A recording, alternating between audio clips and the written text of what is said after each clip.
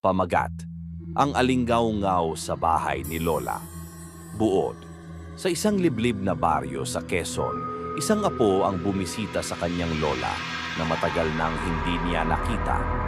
Ngunit sa likod ng tahimik na probinsya, may itinatagong lihim ang lumang bahay, isang alingaw-ngaw na hindi basta-basta. Ang alingaw-ngaw sa bahay ni Lola. Pagkatapos ng 5 taon, bumalik si Mira sa baryo ng San Roque upang alagaan ang kanyang matandang lola na si Lola Sabel. Matagal na raw itong hindi lumalabas ng bahay at ayon sa mga kapitbahay, gabi-gabi ay may naririnig na ungol at bulong mula sa loob ng lumang bahay. Baka demensya lang, bulong ng ilan.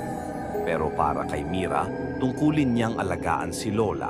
Kahit gaano pa ito ka-estranghero, pagpasok niya sa bahay, malamig ang simoy ng hangin kahit tirik ang araw. Sa sulok ng sala, nakaupo si Lola Sabel, nakangiti, pero blanco ang tingin.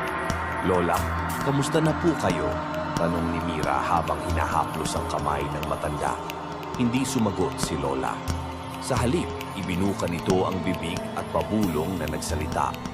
"Huwag kang lumabas kapag 2:00 ng madaling araw, kahit anong mangyari." Nang gabing iyon, habang natutulog si Mira, napukaw siya sa isang tunog, parang higpi ng batang babae. Dahan-dahan siyang bumangon at lumingon sa orasan, 2:03 ng umaga. Sa hallway, may naririnig siyang yabag. Hindi ito sa sahig, parang sa kisame. Nang sumilip siya sa labas ng kwarto, may nakita siyang batang nakaputi, nakatalikod, basang-basa ang buhok at damit. Tila galing sa ulan, kahit walang ulan. "Ate, nasaan si Lola?" tanong ng bata nang humarap ito. Pero ang mukha ng bata, wala. Puro balat lang. Walang mata, walang ilong, walang bibig. Napatras si Mira sa takot at nang kumurap siya, biglang nawala ang bata. Kinabukasan, pinupuntan niya si Lola. "Lola, sino yung batang yun?" Tahimik si Lola.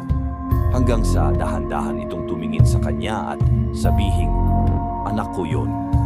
Kinuha ng bahay ito at baka